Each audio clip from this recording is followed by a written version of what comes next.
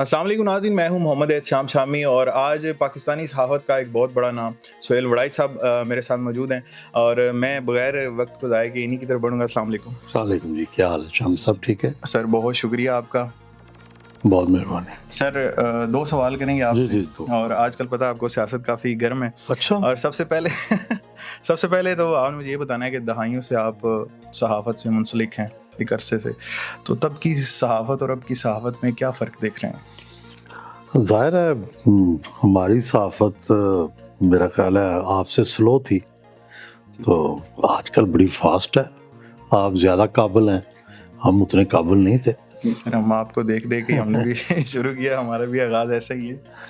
तो सर एक चीज़ तो ये कि मैंने पिछले कुछ अरसे से देखा है कि पाकिस्तान के जो बड़े नामवर एंकर्स थे, जर्नलिस्ट थे, उनको चैनल से ऑफ एयर किया जा रहा है। तो ये सिलसिला अभी भी शुरू है, तो इस चीज़ को कैसे देखते हैं? ज़ाहिर है आपके दोस्त भी हैं, कुलीग भी हैं। ज़ाहिर है किसी को भी बेरोज़गार होना तो ठीक नहीं है। सबको रोज़गार लगा रहना चाहिए और कोशिश करनी चाहिए कि जिनके जो बेरोज़गार हुए हैं, उनको रोज़गार मिल जाए और हमारी कोशिश है कि हम बेरोज़गार ना हों। नहीं सर जी थोड़ा-सा मतलब मैं चाह रहा था कि वजह भी पता चलती ताकि हम भी इस चीज़ का ख़्याल रखें। देखिए, हर एक की अपनी-अपनी वजह है, ठीक है। ठीक है ना? या आपके ना दोस्त से ज़ाहिर है दोस्त कुलीग भी हैं, तो कोई वजह तो सामने आती है ज़ाहिर है आप पता नहीं अब क्या वजह है, मैं तो अभी तक नहीं समझ सका। अच्छा, एक और इसी चीज़ को अगर ले लें कि पिछले ना कुछ अरसे से कोई एक दो कैंपेन भी हमने देखी है कि मुख्तलिफ जगह पर चौक चौराहों में बैनर्स भी लगे हैं कि कुछ सहाफ़ती नाम बड़े मुल्क के गद्दार हैं वो।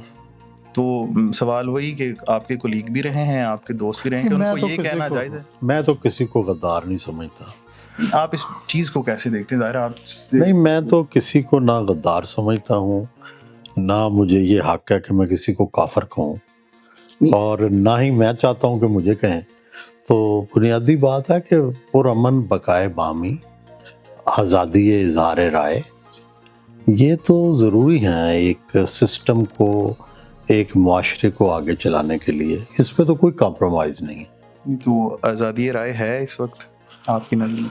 कभी महदूद हो जाती है, कभी बढ़ जाती है। पहले कौन सी थी? हम पहले भी रास्ते निकालते थे। हमारे लिए तो शुरू से ही कांटे हैं। 5 दाइयों का अगर आप सफ़र जो है वो पूछेंगे, जी। 4 दाइयों का, तो हर ज़माने के कांटे डिफरेंट होते हैं। बिल्कुल ठीक है। ठीक है ना? तो हम उन कांटों को चुनते आए हैं और हमने कभी आ भी नहीं की, कभी शोर भी नहीं मचाया। तो अगर चंद लोगों को पहली दफ़ा कोई कांटे चुभे हैं, तो शोर क्यों? हम तो पीते हैं, हमारा काम शोर मचाना नहीं है, हमारा यही काम है। ठीक है। मतलब आप वो चीज़ बर्दाश्त करते आ रहे हैं करते आ रहे हैं, तो तो मतलब आगे भी रहेगा ये सिलसिला? दुआ करें ना रहे, हर वक़्त दुआ करते हैं, कोशिश करते हैं ना रहे। सर पाकिस्तानी सहाफ़त का एक बड़ा नाम अरशद शरीफ साहब कत्ल हो जाते हैं। उसके बाद रिसेंटली एक और जो है वो सज़ाओं का थोड़ा-सा कुछ सिलसिला हमारे सामने से गुज़रता है कि साबर शाकिर साहब हो जाएँ या मोहित पीरज़ादा साहब की बात कर लूँ या कुछ और बड़े नाम हैं, तो उनको मतलब ताउम्र जो है वो उम्र कैद की सज़ा, तो इस बयान को कैसे देखते हैं, इस चीज़ को, इस अमल को? देखिए, गुज़ारिश ये है कि ये सारे लोग हमारे लिए बड़े मोहतरम हैं, बड़े माशाअल्लाह बड़े-बड़े नाम हैं। लेकिन ये सारे लोग किसी ज़माने में इसी मुक़तदरा के एजेंट बन के दूसरों के लिए गद्दारी के और करप्शन के सर्टिफिकेट बाँटते थे। सही। तो ये पहली दफ़ा हुआ है कि ये भी ज़ेरे अताब आ गए हैं।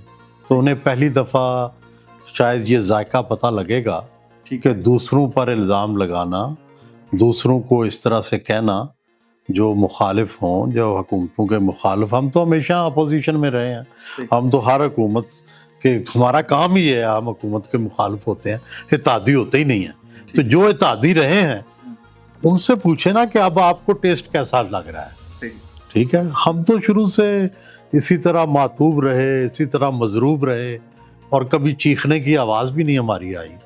ठीक है, हम तो बर्दाश्त करते हैं, कहते हैं ये इस रास्ते की यही मुसीबतें हैं जिससे गुजर के जाना है।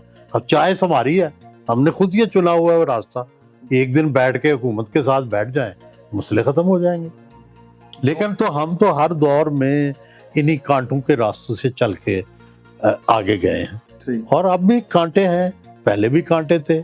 कभी कभी किसी को चुभते हैं, कभी किसी को चुभते हैं, हमने हमेशा चुभते हैं। सर 2026 में इमरान खान साहब को बाहर आते देखते हैं? देखिए, मैं तो कोई अंदाजा नहीं लगा सकता, लेकिन फिलहाल तो कोई ऐसी मुझे सूरत नजर नहीं आती कि कोई अभी कोई रास्ता नजर नहीं आया। सर 2-3 साल गुजर चुके हैं ना, तो अभी तक इस चीज़ का कोई हल या कोई रास्ता सामने नज़र नहीं आ रहा। इससे पहले हुकूमतें या मुख्तलिफ जो पार्टियां हैं उनको देखें तो उसमें तो मतलब गुजारिश है कि मैं ज़ाती तौर पर गुज़श्ता 3 साल से, बल्कि मैं 9 मई से पहले खान साहब से भी 3 दफ़ा मिला, मैं जाके मियाँ नवाज शरीफ साहब से लंदन में मिला, और मेरा तो 3 साल से ये मौक़िफ़ है कि अल्टीमेटली मुज़ाकरात होने हैं। सही। और अगर ये पहले हो जाते तो ये सब कुछ ना होता, लेकिन हमारी कौन मानता है, तूती की कौन आवाज़ सुनता है। तो फिर लड़ लुड़ के तो फिर देख लेंगे, जब कोई नतीजे जीत जाएगा तो फिर सुलह कर लेंगे।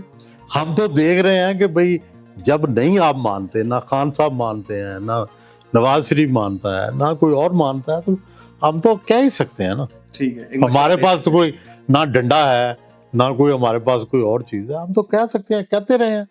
सर आपका एक बड़ा यूनिक सा स्टाइल है, और आप एक प्रोग्राम एक अरसे से कर रहे हैं, एक दिन जियो के साथ, बड़े बड़े सियासतदानों के साथ आपने किया है, और बड़े बड़े मतलब बड़े सेलिब्रिटीज़ के साथ भी आपने ये किया है।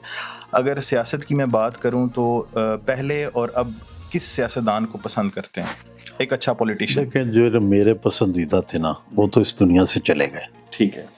मेरी तो आइडियलिज्म उस दिन मर गई थी जिस दिन बेनज़ीर भुट्टो शहीद हो गई थी। ठीक है। हम तो अब इस ज़माने में बस सबको एक बराबर देखते हैं, कौन गलत करता है, कौन सही करता है। जो गलत करता है उसके बारे में लिख देते हैं ये गलत करता है, जो सही कहते हैं उसको अप्रिशिएट कर देते हैं। अब आइडियलिज्म ख़त्म हो चुका। ठीक है ना। तो हमारे ज़माने के जो लोग थे, नवाबज़ादा नसरुल्लाह खान, बेनज़ीर भुट्टो, अकबर बुख्ती, ये हमारे ज़माने के लोग थे, बड़े बड़े लोग थे। हम तो उनसे सीखते थे, उनसे बातें करते थे।